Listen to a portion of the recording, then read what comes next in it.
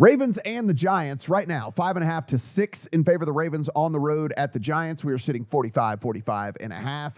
Adam, I'll start with you since it is your team, the New York Football Giants. And listen, you and I on Sundays, we'll text back and forth a little bit here and there. And I'll tell you this, we were very excited about Brian Daboll. And I can't say for sure, it's a 5-game sample size, that he is the reason for the turnaround here, that he is the sole reason. Listen, you do have a healthy Saquon Barkley. That is playing a role here.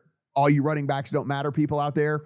I think that is true for 95% of running backs on the face of the planet. Saquon Barkley's different, and when he's at 100%, he is completely different and definitely is a game changer. And so that being said, I don't have this in the account. I didn't think it was going to get to 6, but now that the 6s are starting to show up here in favor of the Ravens, it's gotten to that key number where I might come back in on the Giants. And I understand we're worried about the wide receiver situation for the Giants. I was worried about the wide receiver situation for the Giants last week whenever they were able to get it done and score the upset. And then I was worried about Daniel Jones' ankle last week as well when he ran 10 times. He had 10 damn rushing attempts in the game. So I don't know what I'm worried about, So I'm not in love with this. NFL players get the best drugs, man. Yeah, Don't never forget, NFL players get the best drugs. I'm not in love with this Ravens offense by any stretch. And so, you're going to give me a semi-key number of 6, and I think it's pretty tempting. In the time you've known me, Matt, have you ever gotten a text from me celebrating a Giants win? I have not. Until this past Sunday. Yeah. Because I'm watching this game, and as soon as they get down 10 at halftime, I'm thinking, all right, you know what? They gave it a good first half.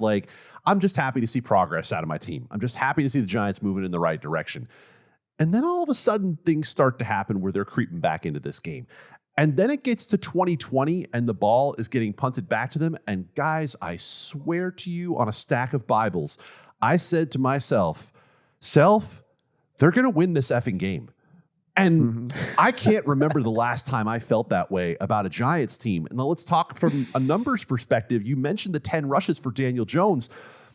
He has the option to do so, right? Brian Daboll is scheming some things in that give the Giants more chances to win. And that's all I've been asking as a Giants fan. Do some things that give your team advantages. Daniel Jones might not be a great quarterback, might even not be a good quarterback, but Brian Daboll's putting him in the right spots. He was without his top 4 receivers last week against the Packers, and they won the game. So when you talk about running backs don't matter, okay, so you get into the red zone and you need a touchdown. Well, if you give Saquon Barkley a wildcat option where he's going to be able to go literally anywhere in the offense, as opposed to turn around, hand the ball off 3 yards in a cloud of dust up the middle, yeah, it does start to matter because you're getting your best player in space. So those are the sorts of things that Brian Daboll is doing to help. Now, when it comes to this week against the Baltimore Ravens, I'm going to pass on this game. Baltimore is second in weighted DVOA. They are second in offensive DVOA. For some reason, as elite as Baltimore has been by all the metrics, things have not played out the way that they should for them. They've blown the 2-3 score leads, et cetera, et cetera. I think at some point you start to see Baltimore as the team that we expect them to be, or at least that I expect them to be. And I don't want to get in a spot against the Giants team that I love that they're 4-1. I love that they're playing better. It's still a little sketchy to me. They're still way down in DVOA, et cetera, et cetera. I'm not going to take those points against what I think is an elite team in Baltimore and find out that this is the week that it comes back to earth a little bit. So, hey, I hope you're right, Matt. I hope the Giants make this a competitive, fun game. So, doesn't look like it does not look like that we're going to have to worry about Leonard Williams being out this week either. He looks like he's trending in the right direction. You look at this, that guy is a difference maker on the defensive line for the New York Football Giants as well. Now, the problem is we keep waiting. When the hell are they going to get a wide receiver back out there? Well, Wan'Dale Robinson is at least practicing limited. Kadarius Toney didn't go, but at least he is practicing limited, so maybe he could get back out there. Steven, this is a fairly interesting game because it is kind of what do we believe about what we've seen from both of these teams, right? What is real and what's fake with the Giants and the Ravens? It's not as extreme as the the rushing offenses in the Browns Patriots game versus those rushing defenses, but it certainly seems like both rushing offenses have an advantage statistically in this game versus the opposing defense. But I mean, Brian Daboll is God as far as I'm concerned. Like, I love this guy as a coordinator in Buffalo. I thought he was amazing. I thought he was the #1 head coach candidate coming into this year, and we thought it was all lining up with the easiest schedule in the league by opponent win total. This guy is incredible. Lamar Jackson is 8th in the league in completion percentage over expectation.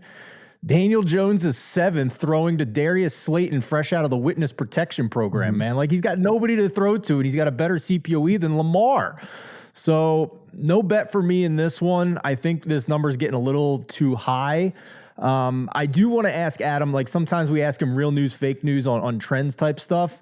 And most of these trends are absolute garbage, but I'm curious what you think of this one with teams coming back from London the week before and opting not to take the bye week. I think it's at least 5, maybe a few more that we've seen that do this now.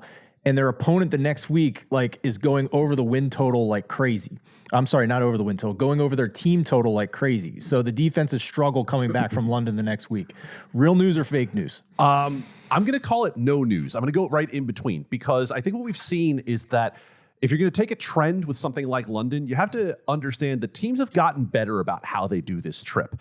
And you just have to go back to last week to see. And it used to be the Jags that win every year, and they were absolute garbage. No, seriously though, and they were absolute garbage, right? I mean, but those Jags teams took a bye the following week. So there's been more teams going, and there's been more London games, and there's been teams not taking a bye after the London game. This is a knife, and Steven brought up a trend.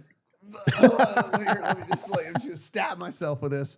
Sorry, Adam. Was it a bagel for breakfast? Why do you have a knife right there?